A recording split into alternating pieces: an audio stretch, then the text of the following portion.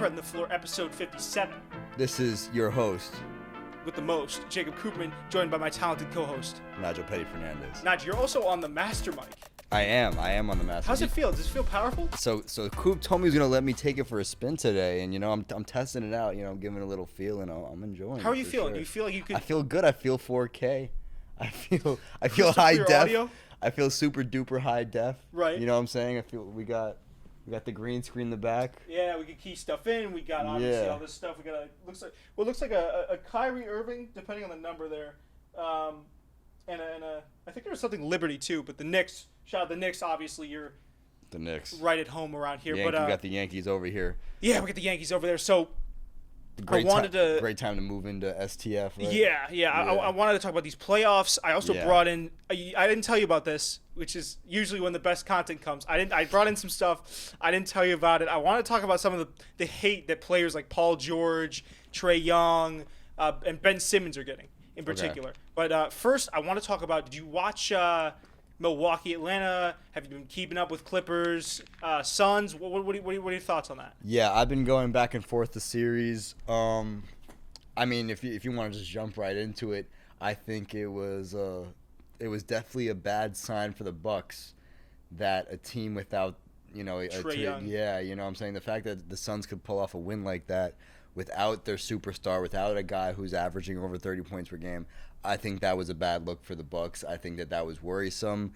It's stuff like that loses you series. You can't be giving up games like that in a 7-game series. Yeah, I was watching Inside NBA on TNT. Shout out to them because they were obviously I think they were one of the candidates for our sports commentator of the year, or maybe one of our finalists. And Chuck made a really good point. Milwaukee is super duper talented. I feel like they're one of the most talented teams in the NBA. They don't have that guy though that will step on your neck. Yeah.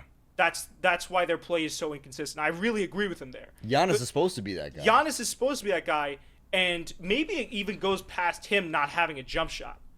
Maybe it goes into the realm of like he needs to be that guy, and perhaps getting a jump shot would give him more confidence. And he's kind of almost developed a little bit of the jump shot. He's gotten better.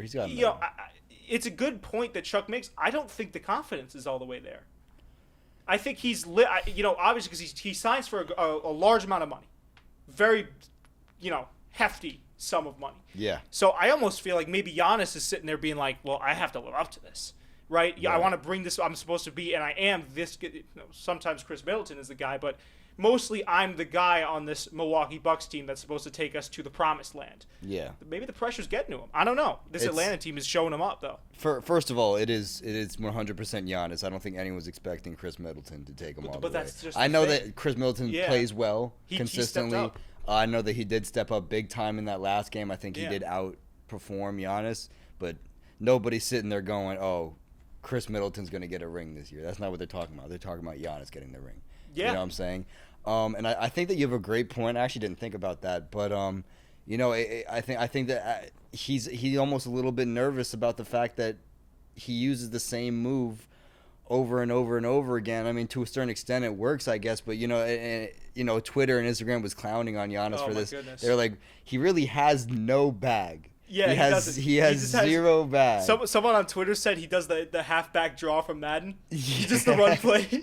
Yeah, literally. Like he's in the post. If he can't get through in the post, he backs up with the ball and then just runs forward, swinging his arms around with the basketball. And he does that almost every single time. It's very rare that he will do anything besides that if he's trying to make a play. Yeah. If he's finishing, he's a great slasher. He can finish a play no problem. Right. But the thing is, they're counting on him to make the play. I agree. I think he just also needs more of an offensive bag. Yeah. But I feel like confidence and an offensive bag in basketball go hand in hand.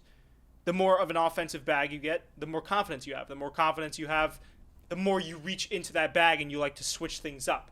You know what I mean? That's what makes like Kyrie such a good player. He has such a wide, and you see him go back to some of his moves every once in a while, but he has just such a diverse offensive bag that you never know what he's going to do next. Ever evolving. Yeah, and his confidence is off. I mean, some of the shots that he takes because of that, again, those go hand in hand. He takes some shots where you look at it, you're like, what are you doing? Why are you taking that shot? And then he makes it. Right. You're like, whoa, what the hell? With Giannis, it's like, he either backs someone down, tries to do a little spin move, or does like a 3-step Euro step, bricks. So I think it's just those two things. He needs to get more of an offensive bag, and he needs a little bit more confidence. And I do think, though, that he has lived up to the money that the Bucks paid to him. Because at the end of the day, the guy's a superstar. He's a bona fide star. Yeah, I mean, the man can ball. He's the best person the Bucks have had since Kareem Abdul-Jabbar. Yeah. So, I don't agree with all those people being like, well, you paid him a bunch of money, and now what? Now he can't even win.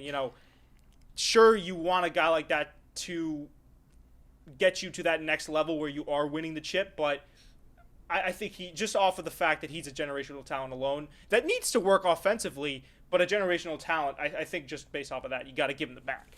There's no way you can't. Yeah, I agree. Two-time MVP, obviously. I think that the Bucks would benefit from having him being on more of the receiving ends, or more ending each play, finishing off the play. You know what I'm saying? You put a guy like Chris Paul on the Bucks, I think that team all of a sudden becomes the best team in the NBA. Yeah. You know what I'm saying? If you could just be in a position where Giannis was finishing the play instead of starting it and finishing it, I think that team would be, that his game would elevate and the entire team's game would elevate. Yeah. If you had like a pass first point guard on that team. Yeah. You know what I'm saying? I just think that the only thing holding them back is that Giannis is expected to actually just go down and carry the offense when the only offense he has, even KD, James Harden said it. I don't want to disrespect Giannis at all, but really, all he can really do is he can shoot. He meant all the disrespect by that, but yeah. No, but I'm saying it's like there's some truth in that. All Yeah. he can really do is dunk. You know what I'm saying? And he can shoot it a little bit here and there, but the guy's not making crazy plays like that. I actually do think he has a good dribble package for his size, but again, that's not for his size. It's finishing and is often, when it gets down to it, finishing at the rack or shooting sometimes can be, if he's not dunking it can be a problem for him. Right, but a guy his size is also not supposed to be expected to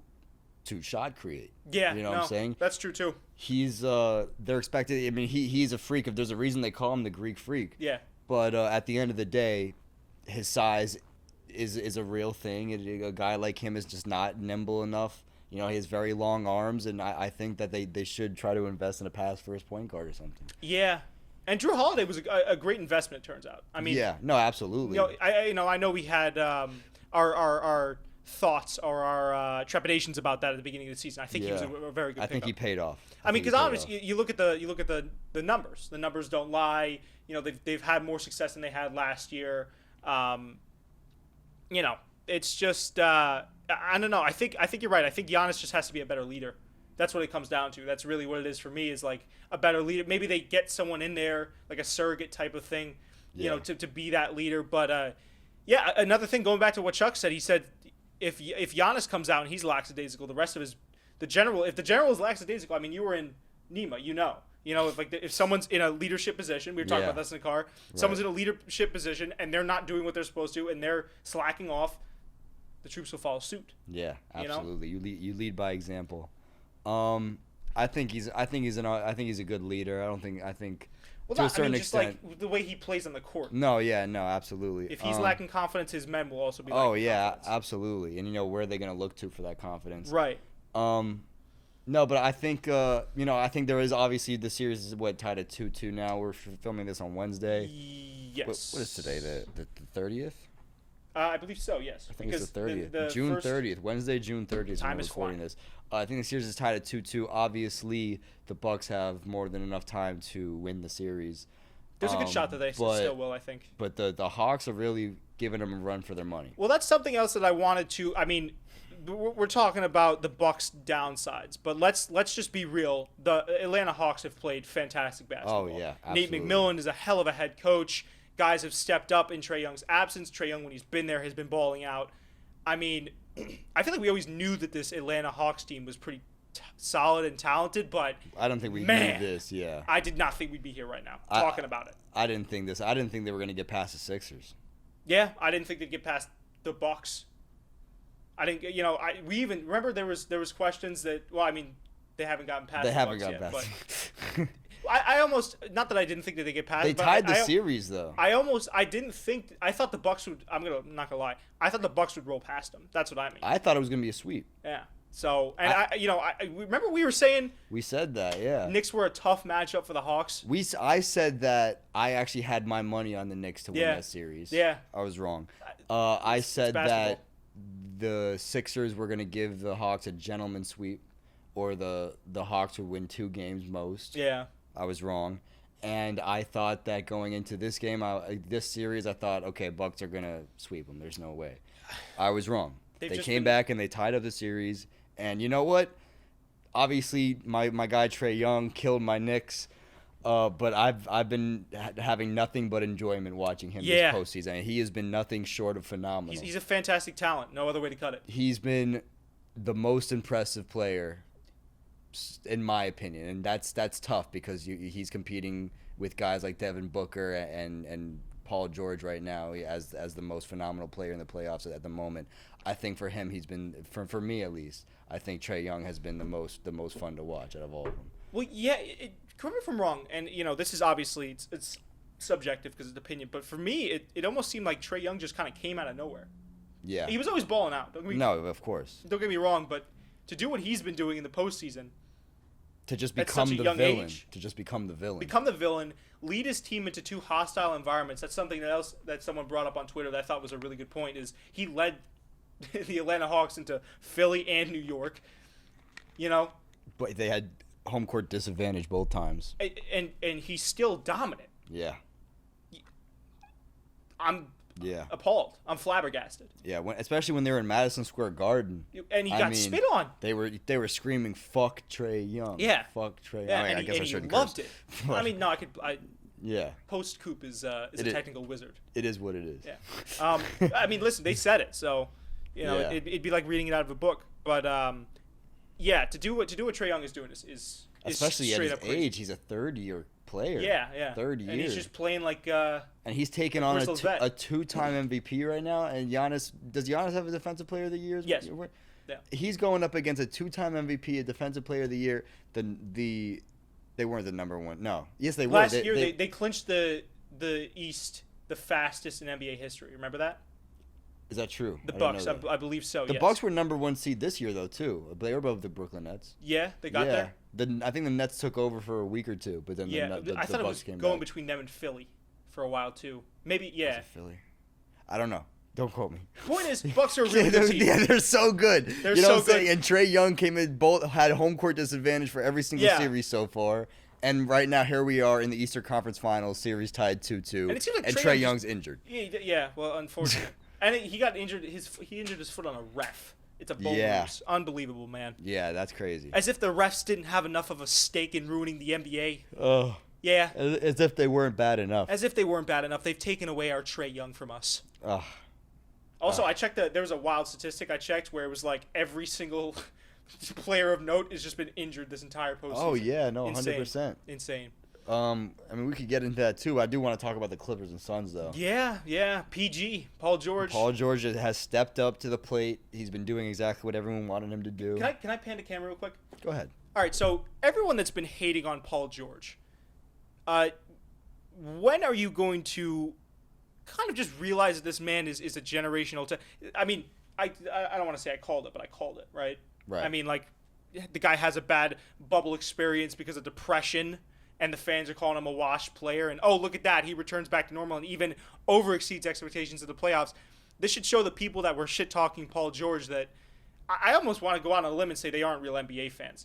Because to do what they did, I know we're knee-jerk, and that's the nature of all of us. Come on. You got to admit now. And, obviously he, missed a couple of clutch free throws, and everyone comes out of the woodwork then. But you got to admit that this man is a next-level talent. Yeah. I mean, there have been. I might have even said it on the podcast. I mean, in my opinion, he might be the smoothest NBA player next to Kyrie Irving. His shot is like butter. Everything he does is just like butter. You know what I'm saying? Everything he does is just so slick. It's just, nothing looks forced. It looks so natural. That's kind of a style that LaMelo Ball is also captured, which is why his game is so pretty. Yeah, fun to watch. I mean, Paul George is a phenomenal player. He had a bad season last season. We can't ignore that fact. I think everyone has a bad postseason once in a while. But the guy really has been playing hard. He's redeemed himself in Kawhi's absence. Yeah, and I think Paul George was probably the second option on that team, and to come out and just take over. Yeah. You know what I'm saying? The Suns are giving them a run for their money, though. The Suns are really giving them a run for their money, and I don't know. Suns are just a very talented team. I don't know what else we expected here.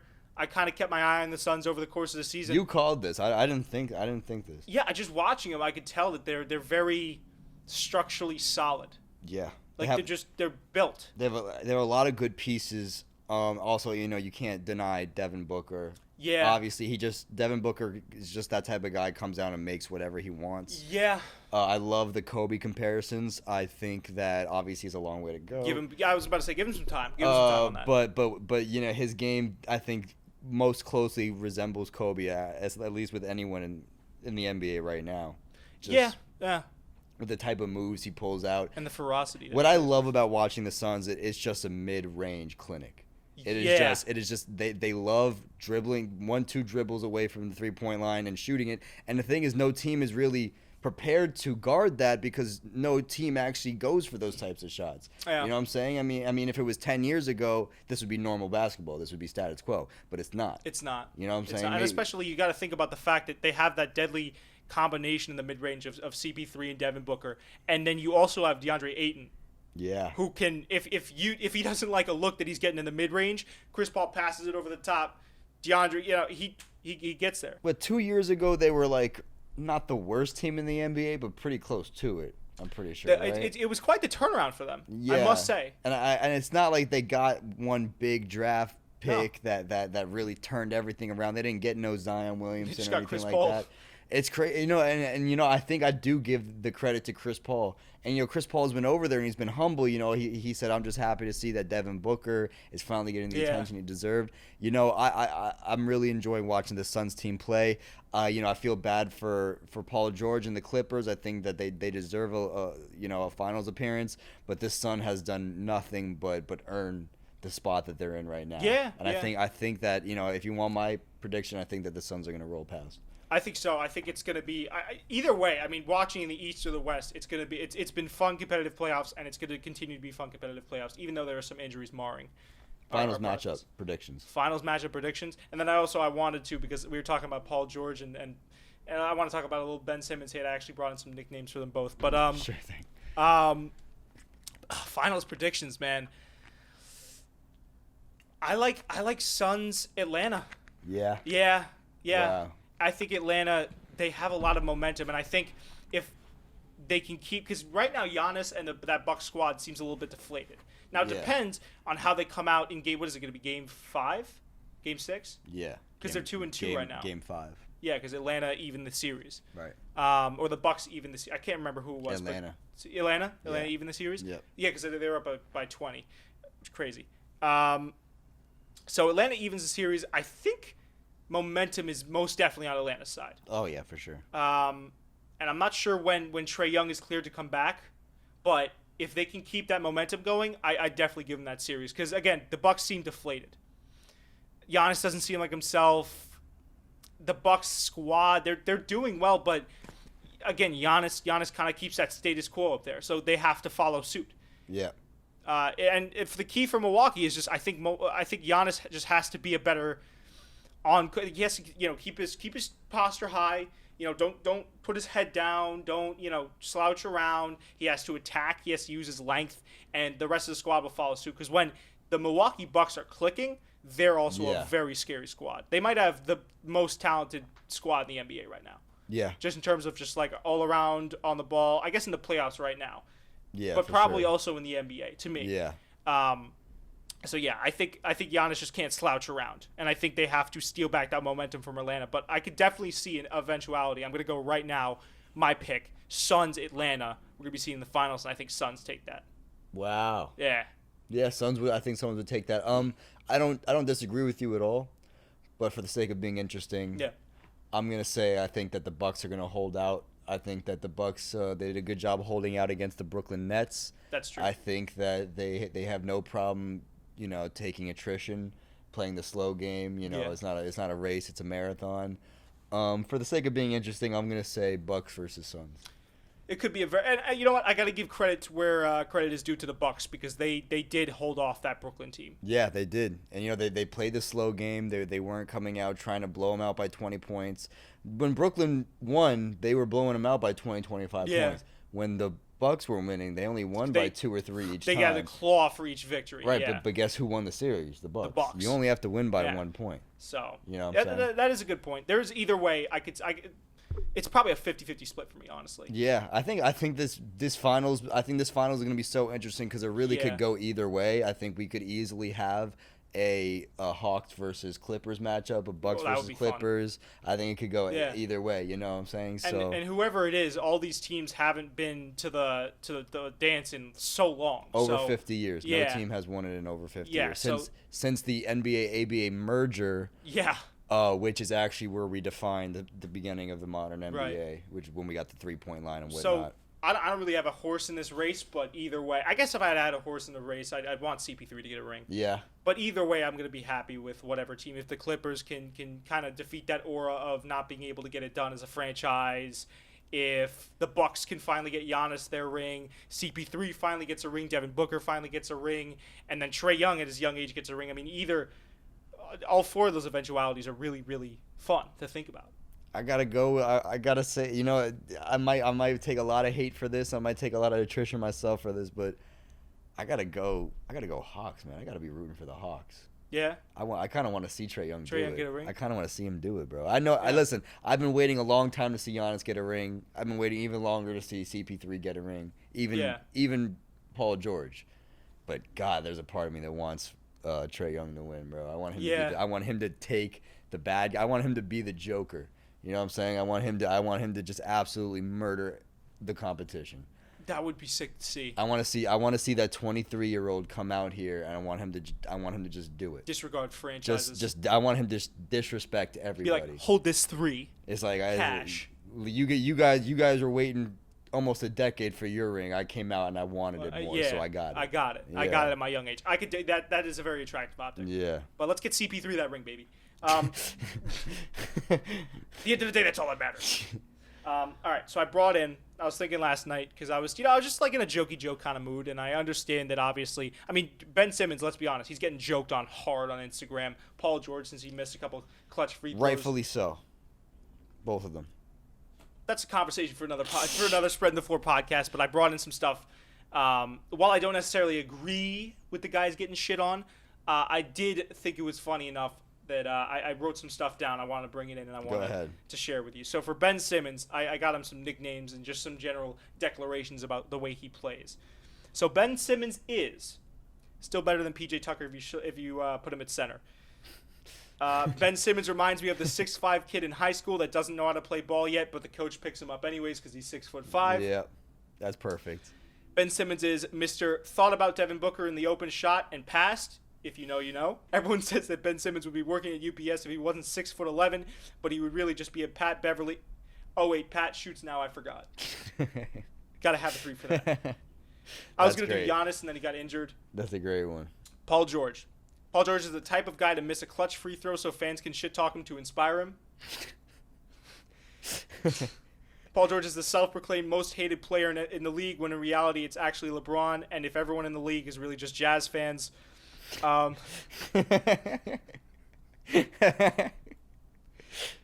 You made these up, or is it from Twitter? No, I got these just off the dome piece. Oh my gosh, they're good. Thank you. It's very good. I like to think that some of the Paul George slander is actually just Doc Rivers tweeting on his burner account. Again, if you know, you know. Yeah, there you go. And that's about all I could think of. That's good. I was gonna go in on Giannis, but then he had that knee injury, so I was like, I kind of feel bad. Let him go. Let him rest. But I guess without further ado, I just want to leave off the listeners with the viewers with that little gem. Thank you so much for listening. We're gonna be recording the Jacob Cooperman Show right after this, so stay tuned for that, and we'll see you guys in the next one. Peace out. Peace.